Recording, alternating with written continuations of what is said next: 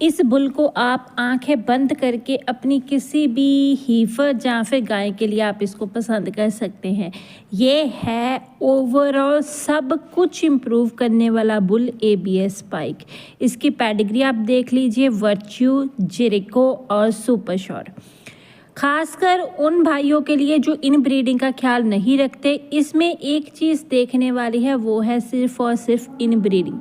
बाकी आपको किसी भी चीज़ की चिंता करने की ज़रूरत नहीं है कि इसका लेग स्कोर कैसा है, इसकी फर्टिलिटी कैसी है, या फिर इसकी गायें या फिर बछड़ियाँ की हाइट कैसी होगी, इसकी मिल्क प्रोडक्शन कितनी बढ़ाएगी, फैट कितना बढ़ाएगा, इसकी TPI की है।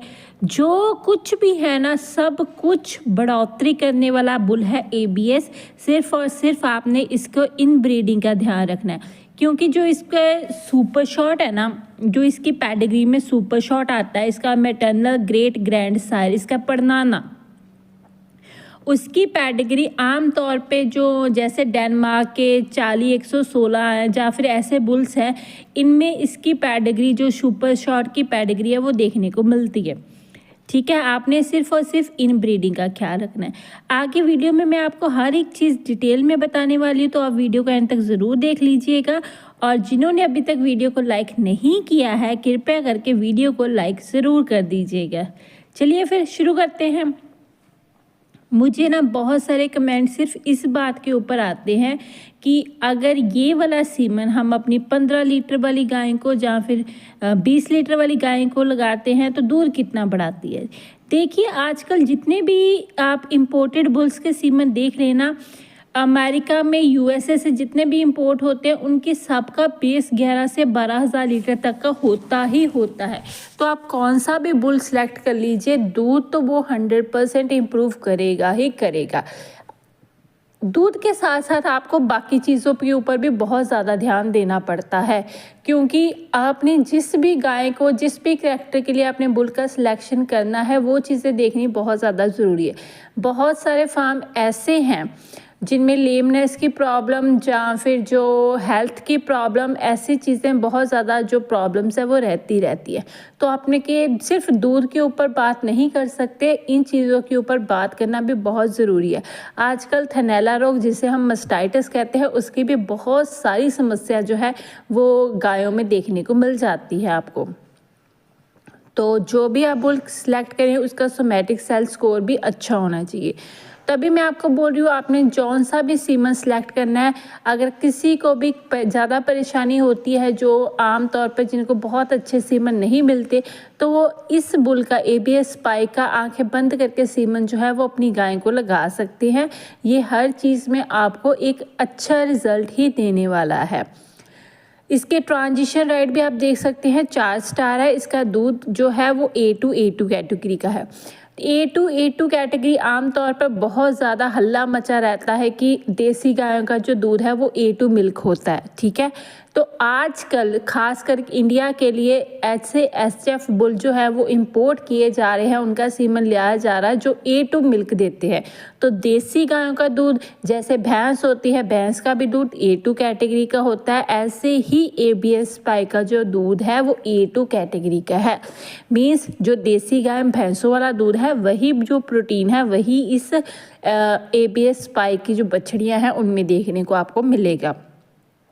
ट्रांजिशन राइट जितने ज़्यादा स्टार होते हैं, आपकी गाय का ट्रांजिशन पीरियड उतना ही अच्छा होता है। ट्रांजिशन में होने वाली प्रॉब्लम जैसे कीटोसिस हो गया, उसके बाद गाय की ज़ेर फंसना हो गया, मेट्राइटिस की प्रॉब्लम होगी, या फिर मिल्क फीवर की प्रॉब्लम होगी। ठीक है, जिसे हम सूद की बुखार कहते हैं। ठीक है, जिस भी गाय की ट्रांजिशन में जितने ज़्यादा स्टार्स होते हैं, उनमें ये सारी समस्या उतनी कम देखने को मिलती है। तो ट्रांजिशन पीरियड भी गाय का बहुत अच्छा होता है ABS स्पाइक का। आगे आप देख लीजिए TPI इसकी बहुत ज़्यादा है, 2710। TPI बहुत ज़्यादा होने की वजह से ही ये जो है ये बुल बहुत अच्छा, ओवरऑल बहुत अच्छा है, क्योंकि जो TPI होती है टोटल परफॉर्मेंस इंडेक्स, ये सिर्फ बुल का जो दूध है उसे ही नहीं मिनती करती, उसकी ओवरऑल हेल्थ को देख के उसे स्कोर किया जाता है। तो आप जब भी, ये सिर्फ इस बुल की बात नहीं, आपने जब भी आगे भी बुल सेलेक्ट करना है आपने उसकी टीपीआई ज़रूर देखनी है। जितनी ज़्यादा टीपीआई होती है वो ओवरऑल बुल उतना अच्छा होता है, ठीक है। सिर्फ और सिर्फ एक गुण के लिए हम कोई बुल सेलेक्ट नहीं करते, हमने बुल का ओवरऑल स्ट्रक्चर भी देखना बहुत ज़्यादा ज़रूरी है। तो दूध भी आप देख लीजिए इम्प्रूव कर लेगा, फैट भी इम्प्रूव करेगा और प्रोटीन भी। फैट इसकी 3.9 आती है, 3.9 फैट का इसका दूध रहने वाला है और इसका दूध है वो 15 से 16 हज़ार लीटर आपको आम तौर पे देखने को मिल जाएगा।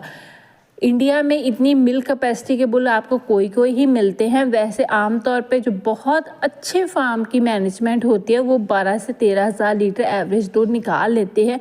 अगर हम इंडिया की ओवरऑल एवरेज की बात करें तो मुश्किल से 7-8 हज़ार तक ही रह जाती है, जबकि यूएसए में ये एवरेज बहुत ज़्यादा ऊपर रहती है। देखिए प्रोडक्टिव लाइफ आप देखिए +5.7। आपने बुल का प्रोडक्टिव लाइफ के ऊपर बहुत ज़्यादा ध्यान देना। देखिए प्रोडक्टिव लाइफ जितनी ज़्यादा होती है बुल उतना ही प्रॉफिटेबल रहता है हर्ड में। मीन्स अगर आपके पास ये प्रेग्नेंट टाइम से नहीं भी होती तब भी ये तकरीबन आप मान के चलिए 6 महीने ज़्यादा दूध देने की क्षमता रहती है इसकी बछड़ियों की। तो ये अपने आप में भी बहुत ज़्यादा अच्छी बात है। इसका डॉटर प्रेगनेंसी रेट बहुत अच्छा है, इसका सोमैटिक सेल स्कोर भी बहुत अच्छा है, इसको मस्टाइटिस का ख़तरा भी इतना नहीं होगा और कॉ का कंसेप्शन रेट भी बहुत ज़्यादा अच्छा है। हीफर कंसेप्शन रेट थोड़ा सा माइनस में इतना चल जाता है, हीफर की कंसेप्शन वैसे ही बहुत ज़्यादा होती है तो इतना बड़ा इशू नहीं है इसकी हीफर कंसेप्शन रेट का, जबकि इसके बाकी सारे गुण बहुत ज़्यादा अच्छे हैं। तो इसके आगे ये तो थी इसके हेल्थ एंड फर्टिलिटी ट्रेड्स के बाद फर्टिलिटी लाइफ जितनी अच्छी होती है उतना ही गायों को कंसीव कराना आसान हो जाता है किसी भी फार्मर के लिए। अगर गाय की फर्टिलिटी रेट अच्छी ना हो, उसका सोमैटिक सेल स्कोर अच्छा ना हो तो फिर हमेशा जो है वो प्रॉब्लम्स ही आपको देखने को मिलती है। और जब भी आप सिलेक्ट करें प्रोडक्टिव लाइफ किसी की बुल की, आप ज़रूर देखें कि वो प्रोडक्टिव कितना रह सकता है। बाकी के ट्रेड्स में आप देखिए इसका अडर कंपोजिट बहुत ज़्यादा अच्छा है, इसका फुट लैग स्कोर भी बहुत ज़्यादा अच्छा है। मतलब इसके अडर की जो कंपोजिशन है वो अडर ही हाइट बड़ी है, अडर वाइड ज़्यादा बहुत है, अडर की स्ट्रॉन्गनेस अच्छी है, सब कुछ अच्छा है, टीथ लेंथ छोटे हैं। और बाकी अगर आप देखेंगे तो इसमें लेमनेस की प्रॉब्लम भी आपको बहुत ज़्यादा कम देखने को मिलेगी क्योंकि इसका फुट लैग स्कोर बहुत ज़्यादा अच्छा है।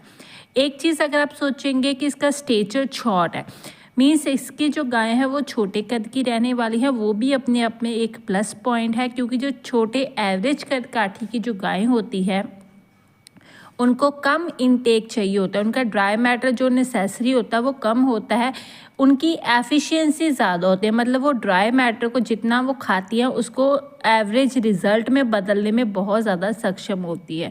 जो बहुत ज़्यादा बड़े कद काठी की जो गाय होती है फीड का कुछ हिस्सा, मीन्स अगर आप 2-3 किलो उनको फीड जो है वो 1% अगर आप फीड लेके चलते हैं तो वो उनको अपने शरीर को मैनेज करने के लिए ही चाहिए होती है।